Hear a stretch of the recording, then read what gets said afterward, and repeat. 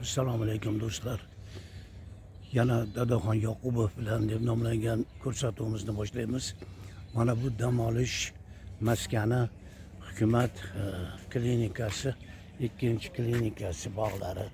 Qarang, bu yerda archalar, yel, mana bu dub, yel ham Rossiya o'rmonlarida o'suvchi qalin daraxtlar bilan qoplangan. Kechagi yomg'ir, bugungi havoning mana bunday bulutligi qandaydir bir odamlar kayfiyatida bir hissiyotlarni uyg'otadi. Bugun ijtimoiy tarmoqlarga qaradim.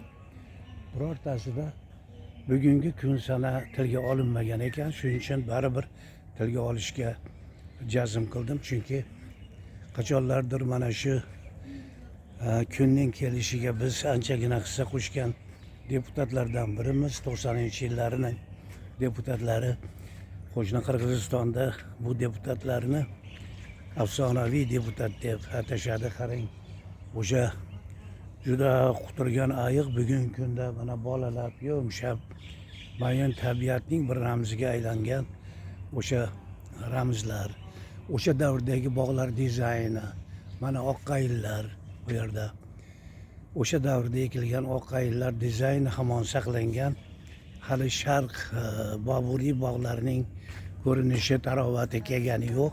Lekin shunday bo'lsa ham bundan 36 yil muqaddam 20-iyun kuni O'zbekistonda mustaqillik deklaratsiyasi qabul qilingan.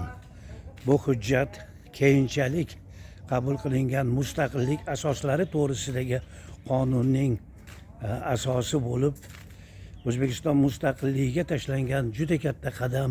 Umuman aytish joiz bo'lsa, o'sha mustaqillik ramzi sanaladi. Endi Rossiyada 12-kuni qabul qilingan, 12-iyun kuni. Undan bir hafta o'tib, keyingi hafta O'zbekiston SSR ham mustaqillik deklaratsiyasini qabul qilgan. To'g'ri, muxolifat bilan davlat odamlari, partiya odamlari o'rtasida bir qator tortishuvlar bo'lishidan qat'iy nazar, ko'pchilik deputatlarning talablari bilan mustaqillik deklaratsiyasi qabul qilindi. Mustaqillik deklaratsiyasi o'zbek xalqining jasorati, o'zbek xalqining asrlar davomida orzu qilgan ana shu orzulariga qo'yilgan muqaddas yodgorlik va erk ramzi, erkimizni aks ettiruvchi muqaddas hujjat. Aziz kun, aziz do'stlar, mustaqillik deklaratsiyasi kuni muborak bo'lsin. Hammangizga sihat, salomatlik va muvaffaqiyatlar. Kelgusi hayotingizda ozodlik mash'ali bo'lib turadigan bugungi kunni ham doimo eslab qo'ying. Bugungi kunda kurashgan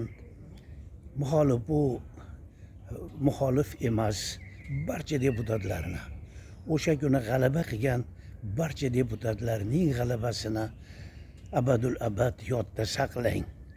Asarlaringizda aks ettiring. Kundalik hayotingizda eslab qo'ying. Mustaqillikning har daqiqasi, har lahzasi aziz va bebahodir. Uni unutishga hech kimning haqqi yo'q. Hatto mening ham. Bugun kechgacha o'tirdim, quyosh botib borayotgan bo'lsa-da, baribir bir eslab qo'ygim keldi. Ijtimoiy tarmoqlarda quyidagi so'zlarim yangrasin. Mustaqillik deklaratsiyasi, ya'ni O'zbekiston Respublikasi mustaqillik deklaratsiyasi kuni muborak bo'lsin. Aziz do'stlar.